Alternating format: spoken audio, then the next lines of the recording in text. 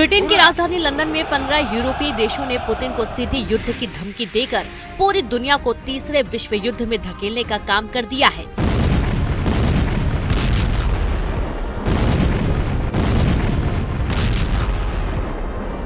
Ukraine के राष्ट्रपति Zelensky इस वक्त खुद को किसी वॉर हीरो से कम नहीं समझ रहे हैं। हालात ये हो गए हैं कि जैसे ही लंदन में युद्ध को लेकर यूक्रेन शिखर सम्मेलन खत्म हुआ तो रूसियों की तरफ से पूरे यूरोप का सफाया करने का ऐलान कर दिया गया।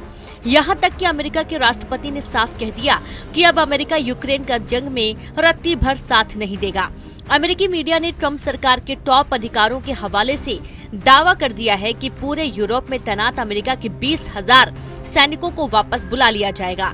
वॉर एक्सपर्ट्स का साफ कहना है कि पुतिन के खिलाफ यूरोप युद्ध शुरू हो चुका है और अब रूस वो जंग करने जा रहा है जिसकी कल्पना दुनिया में किसी ने भी नहीं की है।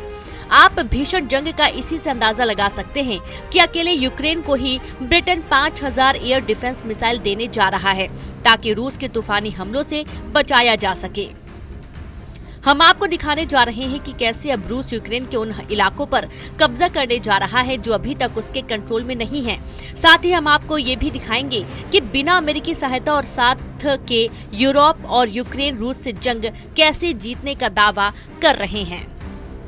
ट्रंप और जेलेंस्की के बीच हुई तीखी बहस के बाद से यूक्रेन जंग अब यूरोप जंग में बदल चुकी है। अमेरिका यूक्रेन जंग से किनारा कर रहा है और यूरोप को धमकी दे रहा है।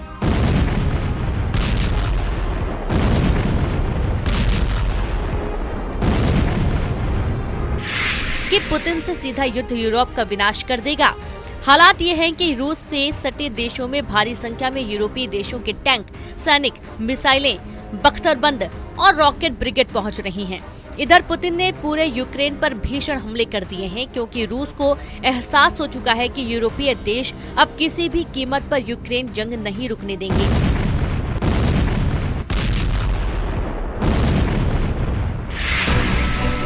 जरा देखिए, रूस और अमेरिका ये क्यों मानकर चल रहे हैं कि तीसरा विश्व युद्ध यूरोप से शुरू हो चुका है। हम आपको लंदन में हुई उस मीटिंग के दावे बता रहे हैं जिसमें यूक्रेन को एक से बढ़कर एक हथियार देने और अरबों डॉलर देने के दावे किए जाने लगे हैं। लंदन में यूक्रेन युद्ध को लेकर हुई मीटिंग में 15 देशों के राष्ट्र प्रमुख और वरिष्ठ नेता शामिल हुए। यहाँ राष्ट्रपति जेलेंस्की के सामने ऐलान किया गया कि यूक्रेन को हथियार और पैसों की कोई कमी नहीं होने दी जाएगी। इस बैठक में तुर्की के विदेश मंत्री, नाटो के महासचिव, यूरोपीय संघ और यूरोपीय काउंसिल के प्रेसिडेंट शामिल हुए। इस दौरान ब्रिटिश पीएम कीर स्टारमर ने यूक्रेन को 14,000 करोड़ रुपए की मदद देने का ऐलान कर दिया है। कीर स्टारमर ने ऐलान किया है कि इस पैसे से यूक्रेन को 5,000 एयर डिफेंस मिसाइल मिलेंगी जो रूस के खिलाफ इस्तेमाल होंगी।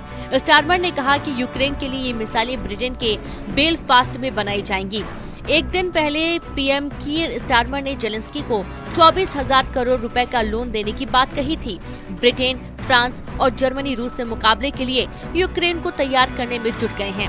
यूरोपीय कमीशन के अध्यक्ष उर्सुला वॉन डेर लेयेन ने कहा कि हमें सबसे खराब हालात के लिए सपोर्ट बढ़ाने के पूरी ताकत से कोशिश शुरू होनी चाहिए। जर्मन चांसलर ओलाफ शोल्ज ने कहा कि यूक्रेन और यूरोप रूस की शर्तें नहीं मानेंगे और उसकी आक्रामकता पर जमकर पलटवार करेंगे। इधर दूसरी तरफ ट्रंप और पुतिन के करीबी ने यूक्रेन जंग को बेहद खूनी बता दिया है। हालात ये हैं कि रूस ने पिछले 48 घंटे में यूक्रेन के बहुत बड़े इलाके पर हमले शुरू कर दिए हैं। रूस के टैंक, तोप और पैदल सेना की दर्जनों ब्रिगेड ने यूक्रेन के उन इलाकों पर कब्जे शुरू कर दिए हैं जहां रूस की स्थिति अभी तक मजबूत नहीं थी।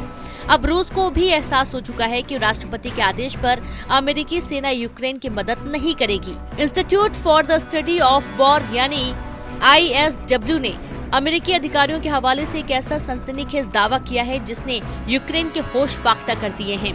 ISW की रिसर्च और दावों के मुताबिक पुतिन का रूस यूक्रेन के उन शहरों पर पूरी तरह से कब्जा चाहता है जो अभी रूस के कब्जे में नहीं है। वॉशिंगटन DC में स्थिति ISW थिंक टैंक ने नोट किया कि इन क्षेत्रों में कई बड़े शहर हैं जिन पर रूसी सेना का वर्तमान में कब्जा नहीं है और जब्त करने की कोई संभावना नहीं है। बचे हुए 4 यूक्रेनी क्षेत्रों पर रूस के कब्जे में बड़े शहर शामिल होंगे। ऐसा दावा किया जा रहा है कि जैसे खेरसॉन सिटी जहां लगभग 2,75,000 की आबादी है, उस पर रूस पूरा कब्जा चाहता है। इसी तरह यूक्रेन क्रामाटोर्स्क पर कब्जा चाहता है, जहां यूक्रेन के 1,47,000 नागरिक रहते हैं। इसके अलावा रूस ने यूक्रेन के जापोरिजिया सिटी पर दावा ठोका है, जिसमें 7,06,000 यूक्रेनी नागरिक रहते हैं। ISW का अनुमान है कि यूक्रेन के कम से कम 10 लाख से ज्यादा यूक्रेनी नागरिक रूस के गुलाम हो जाएंगे और यूक्रेन का एक बड़ा इलाका यूक्रेन हार जाएगा।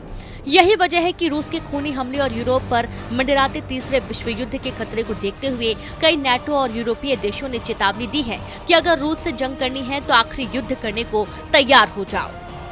नाटो और यूरोपीय देशों में शामिल पोलैंड के पीएम डोनाल्ड टस्क ने रूस से बड़े और लंबे युद्ध को देखते हुए बहुत बड़ा बयान दिया है।